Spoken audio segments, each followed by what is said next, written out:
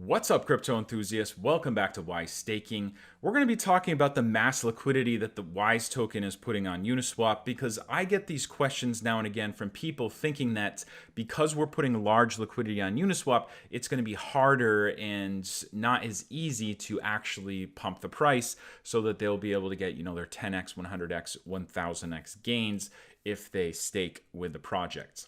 And that couldn't be further from the truth. And it's also an extremely annoying question for me because I know how everything works and I understand. And we chose to use that money. Like, we could have used that money for anything, but we chose to use it to create a massive pool of liquidity on Uniswap. And this is the best thing that could ever happen for a project. It's the best use of the money. Point blank, I'm going to show you today why that's the case. So it perturbs me that people actually think that putting large amounts of money, creating an instantly massive market, will actually make it harder for people to invest. That's just not the case. So first of all, let's go over the ways we could have used the money, because there's other good things that people are doing with the money. Wise is nonprofit. After paying for the actual creation of Wise itself, there's a small startup fee, and then all the money gets put on Uniswap to form the market. Then the keys are burned, creating ownerless liquidity. So that's awesome, but we could have done some other things. For instance, we could do a buy and burn type of thing. There's other projects that use money coming in to, buy their own tokens on the market and either burn it or distribute it to holders as dividends, that type of thing. So there's two issues why this isn't the best use for the money. The first is this really only works for projects that have ongoing profits coming in. So, like, for instance, if they tax sells, that's money coming in every single day potentially. Of course, it only works when there's a lot of buys and sells and there's a lot of tax generating a lot of revenue. And the downfall of that whole idea is when you need the price to pump the most is when you're going to have the least amount of activity. So it doesn't really work. Also, you don't really want to do that with the initial pot of money. So there's some projects that take that initial pot of money and say, we're going to dedicate a portion of it just to, buy up tokens and pay people back as dividends, which might be great for that day, but it's really bad for the project in the long run. It basically creates a Ponzi scheme effect where, new money is paying old users, and it's great for a short-term pump. But if you're thinking, months down the road, years down the road, what is that price pump and the distribution of tokens going to get you? Absolutely nothing. It doesn't do anything lasting for the market. So the buy and burn and the dividends idea is one thing we could do with the money, but very, very bad option. Another thing people are doing with the money is they are lending it out to protocols such as Aave Lending, Compound, MakerDAO, that type of thing, to make interest. And this is a good use of the money, but the thing is, you can only make like 14% ROI annually. So 14% ROI annually, that's not enough money compared to other ways, other cryptos that are making huge gains. Like, you might as well just put your money in Ethereum or put your money in Bitcoin. You're most likely going to beat 14% gain. So we saw YFI go from like $35 all the way up to $44,000, but was that from the interest they made in Aave Lending and Compound, etc.? No, it wasn't. It was off the hype of the token. It was off the hype of people coming in. Oh, this is the best thing ever. Andrew Cronje, blah, blah, blah. Good project, but it's more of like a retirement account. So, like, that money's not going to snowball for a long time. It's not providing enough value. So that is a better use of the money, but not the best use of the money. The best use of the money is to create an instant market.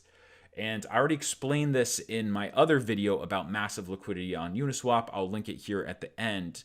But creating massive liquidity on Uniswap does something very, very special as far as creating an instant market and very little slippage. And this is extremely important because it allows for larger bags to be able to buy in. So somebody that likes the project, wants to invest $10,000, $100,000, $1 million, would be able to do it if there's a big market. Whereas if you didn't put that money on Uniswap and you have a smaller market cap, they're not going to be able to invest as much because of slippage. And just really quick, in case people don't understand what slippage is, basically the more money you trade, the bigger of a price impact it has. Like, see if now this is a whole lot of money because this is a huge market as well. But this would be me losing 17.67% of my money if I made a trade like this.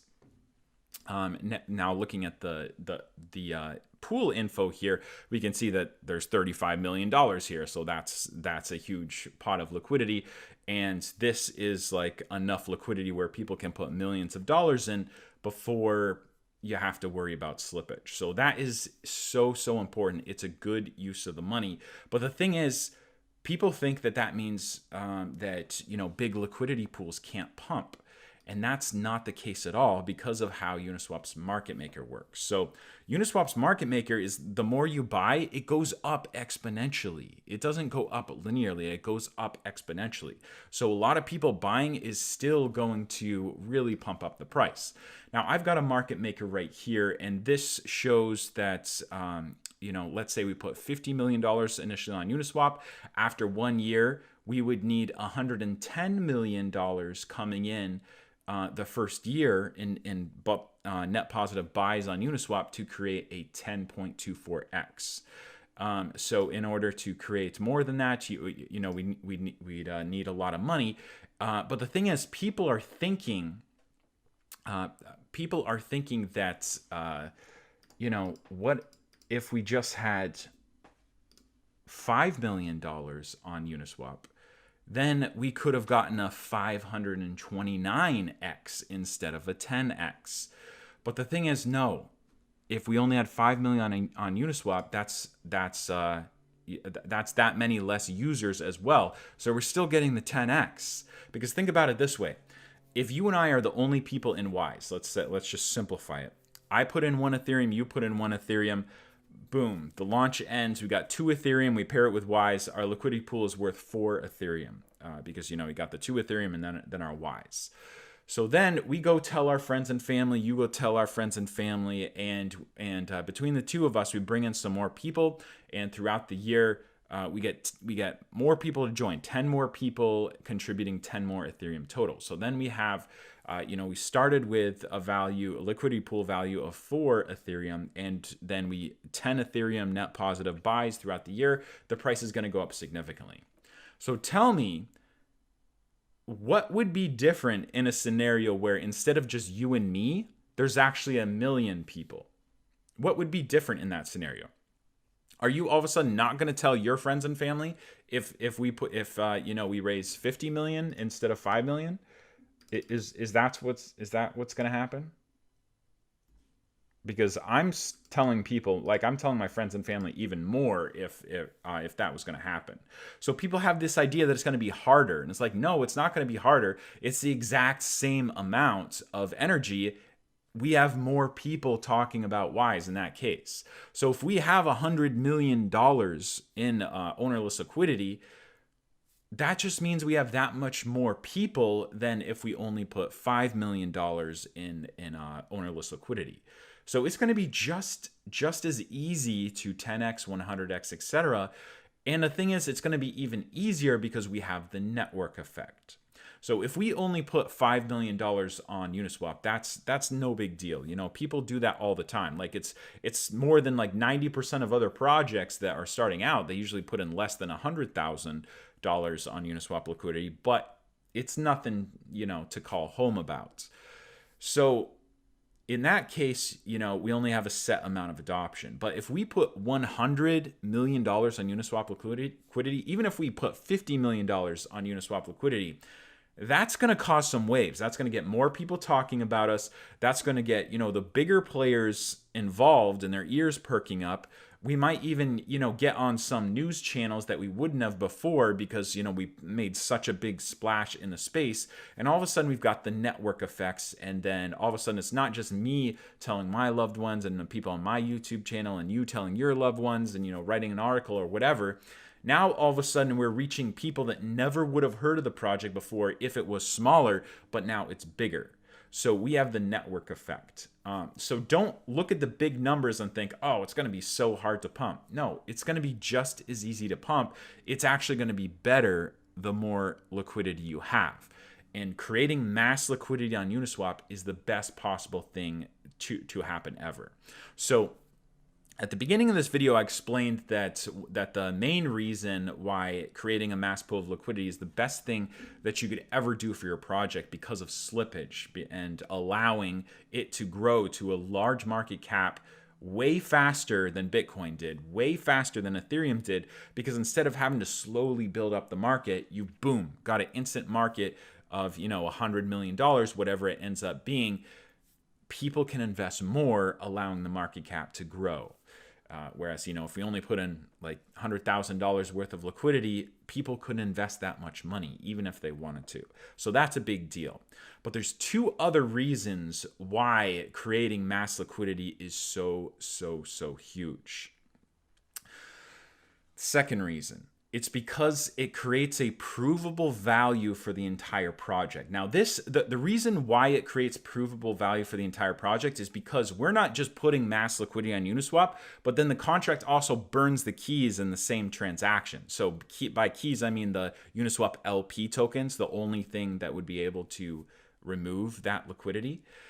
So this is really important, and this means that liquidity is not able to be removed.